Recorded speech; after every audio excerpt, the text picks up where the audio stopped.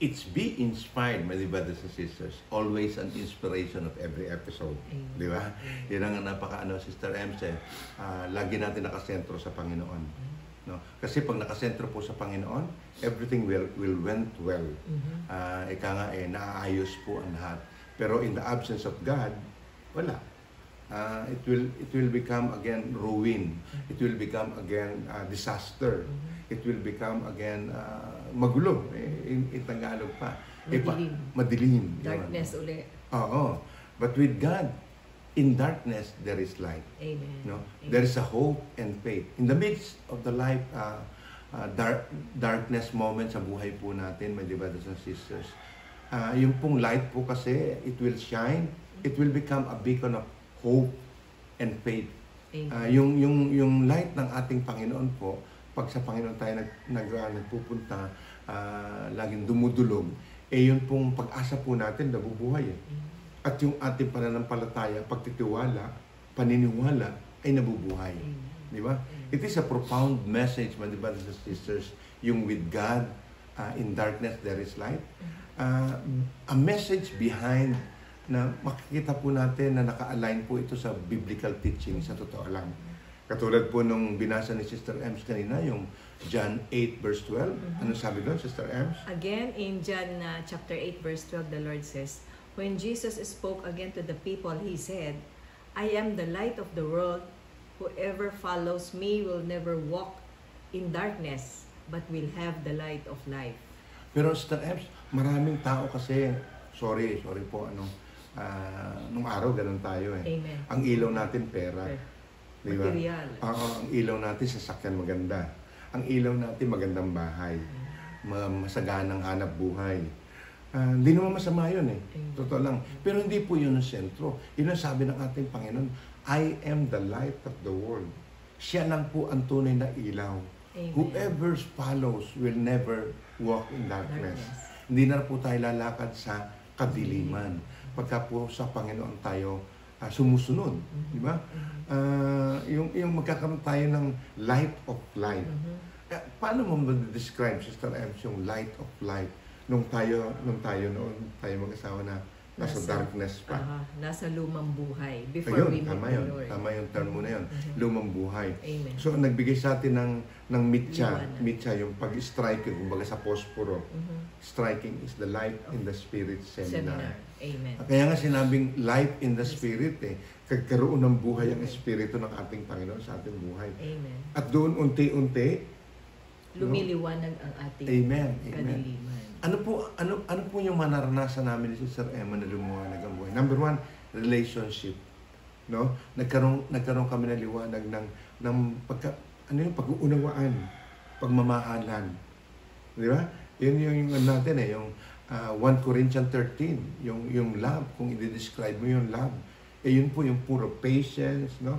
Yun, parang makikita natin yun sa fruits of the Holy Spirit. Amen. Amen. Very powerful po na reminder ng ating Panginoon that Jesus is the light that dispels the darkness of the world. Amen. Alam naman natin yun ngayon po, saan to? Sa Israel, puno-puno ng kadiliman. Di ba? Sa Ukraine, punong-puno ng kadiliman. Bakit po? Kasi ang nasusunod ng tao, hindi ang Diyos. Amen. Di ba? May nabasa nga po ako what do you mean by war? O war, yung daw pong giyera daw po, ito daw po yung nag-aaway na hindi magkakilala, nagpapatayan. Hindi magkakakilala, nagpapatayan. Pero ito pong mga leader, magkakakilala, pero hindi naman nagpapatayan. So, meaning, it's really a pride. Ang mabigat po kasi, my dear brothers and sisters, pag wala ang Panginoon, pag wala ang presence ng Panginoon, punong-puno po ng darkness. Ilan po mga taong madadamay pag ang mag-asawa po magulo. Damay ang anak. Hindi lang po ang mag-asawa ang nasa kadiliman, pati mga anak. Di ba? Yun yung isang bagay na nakikita natin But how do we find light in the midst of darkness? Like, yung as we share, yung before we join the renewal, daming kadiliman sa aming buhay. Na yun nga, binigay ng Panginoon yung Simple Life in the Spirit Seminar para makita namin yung liwanag Amen. Magliliwanag ang Amen. aming buhay. Amen. In life, we often encounters moments of profound darkness. Ano yung mga yun? Times of sufferings, no? Sickness, no? Despair, yung bang kabiguan sa ano? Tapos yung mga, ano yun? Uncertainties in life. Sa ating po mga buhay. May mga moments po na para bang wala na tayo, nawalan tayo ng buhay. Para bang feeling natin, naliligaw na tayo, parang nawawala sa landas. Nag-iisa ka na lang, wala ka ng pag-asa. Pero with God, in darkness there is light. Amen. It offers us a sense of hope, assurance, that His presence, that God's presence can guide us out of darkness valley. Amen. Yung daanan natin madilim, unti-unti pagka-Jesus tayo kumapit, napupunta tayo sa liwanag. Amen. Psalm 23 verse 4, Sister Anne. In Psalm 23, ito yung paborito ko rin to, Brother Vique, na Psalms. Sabi, it says, even though I walk in the dark valley of darkness, I fear no evil, for you are with me, your rod and your staff, they comfort me. It really conveys the idea that God's presence provides comfort. Amen. Siyempre. Amen. Guidance, giya, tawag doon, gabay. No? Even in the most challenging circumstances, naranasan natin, Mr. M. Yung halos, recently lang, nasa Canada, Sister Emma. Hindi ko malimutan po yung yung dasal niya sa Panginoon. Lord, kung makakahon po ako, sana po hindi po rin sa ibang bansa. Sana po kung makakahon ako, doon po sa amin sa Pilipinas. Di ba? Yun yung moment na parang bang, wow, ano yun? Parang nakita mo na may kamatayan nun. Di ba? Kasi yun yung statement mo na maanohan po natin. But, sabi po sa Psalm 23, even though I walk in darkest valley na madilim. In the valley of darkness. No? Pinaghawakan ko yun, Brother Vique, nung nagkasakit ako. Yun nga, sabi ko, alam ko hindi mo ako papabayaan, Lord. That I fear no evil, even though I walk in the valley of darkness. But the shadow of death. Actually, meron yun may nabasa. May mga iba-ibang version na, na I am not afraid in the shadow of death. Of course. But humanly, Sister Ems, yes. Dumarating yun Amen. Di ba? Kahit siguro yung mga pare, yung mga may mga bagay din na pagkakataon na talagang nagkakaroon tayo ng hindi magandang desisyon. Diba? Amen. Amen. Darkness in life na para bang wala ka ng pag-asa, Brother Vic. Yun na naman, pumapasok na naman yung ang ating Panginoon Diyos de Remedyo. De Remedyo, oo. Tatawagin lang natin pagka kailangan natin siya. There is a message of faith, my brothers and sisters. The concept of finding light in darkness with God is a message of faith. Amen. No? Yun yung pananampalataya. It calls us to trust His unwavering love, providential, yung providence natin, even with the circumstances appear na parang wala na. Di ba, minsan yung sabihin nga natin sa ating mga renewed na hindi na una ang Panginoon. Di ba? Pero hindi siya nahuhuli. On time siya. On time sa ating pangailangan. Amen. The faith can serve, our faith can serve as a source of our strength. Di ba? Helping sa atin po, yung mag-persevere po tayo, yung sa mga trials and tribulation natin. Yung faith po kasi yun Sabi po sa Hebrew 11 verse 1, Sister M? In Hebrews 11 verse 1 says, now, faith is confidence in what we hope for and assurance about what we do not see.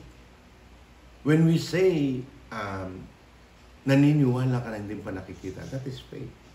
Ang tawag po doon, expectant faith. Amen. Na nagpapasalamat ka na, kumikilos ka na. Amen. For example, nangangailangan trabaho. Kinabukasan, mag-bihis ka, mag-apply ka. No? Yung umasta ka na na-achieve mo na. Amen. Amen. Sabi nga nung nakakwentuhan natin pare, di ba?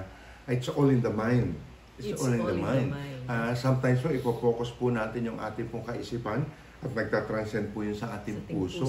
Of course, ang puso natin magdidesisyon doon.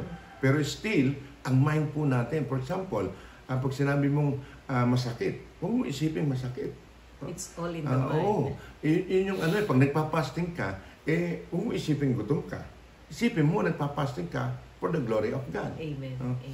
Hebrew 11 verse 1, it reminds us that faith is the assurance of things hoped. No? The conviction of things not unseen. Pag sinabi mong conviction, yung talagang firm yun, Sister Emse. Amen. It is the faith that enable us to see the light. Amen. Yung liwanag within the darkness. To hold on to hope and to trust God's plan. Ang sarap ng ganon. Amen. Yung nagtitiwala ka sa plano ng Diyos. Of course, we have plan. Of course, we have goal. But, siyempre, ililay natin yung plano natin sa ating Panginoon. Amen. Whatever the God wants for that plan, kailangan meron tayong acceptance. No, yun yung sinasabi natin sa Hebrew 11 na yung assurance ng Panginoon ay pinaniniwalaan natin. Amen. Amen. The belief that with God, in darkness there is light, it is the testament of transformative power of faith. Hindi naman pala ito overnight, Sister M. Hindi ito yung pagkatapos ng LSS mo, tapos na. Transformation no? Unti-unti in the divine's presence. It aligns with the biblical teachings, emphasizing that God as the light in our lives. Yung ilaw talaga sa ating buhay. Guiding us through the darkest valley. Kasi ang buhay po naman po kasi, hindi naman po ito beda process Di ba? Amen. Amen. Nabubuhay po tayo sa mga araw-araw na mga pagsubok, araw-araw na mga kailangan natin to, kailangan natin yan. So, kung meron tayong pananampalataya sa ating Panginoon, mabubuo po yan. Amen. Magiging firm po yan. Amen. Amen. So, my dear brothers and sisters, hold on to God. Amen. Ang kadiliman mo po sa buhay mo po magkakaroon ng liwanag because Jesus is the light of the world. Amen. Amen. So let us pray, Sister Ems. In the name of the Father, and of the Son, and of the Holy Spirit. Amen. Heavenly Father, you are our light. You are the light of the world. We pray for our nation. Lord, we know we live in the darkness of this fallen world. We experience fear, anxiety, frustration, division, and strife in our lives. The events of this day expose the deep divide in this country. Lord, we pray for the healing of our nation. We pray for patience and understanding. Father God, only the light of your love can dispel the darkness of this world. Help us to be open to conversation that will lead us to understanding in this hour of our need.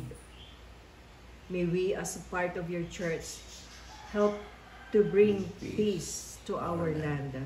May the peace and love of Jesus move in and through us. In Amen, Jesus' Lord. name we pray. Amen. Amen. Father, the Son, and the Spirit. Amen. Amen.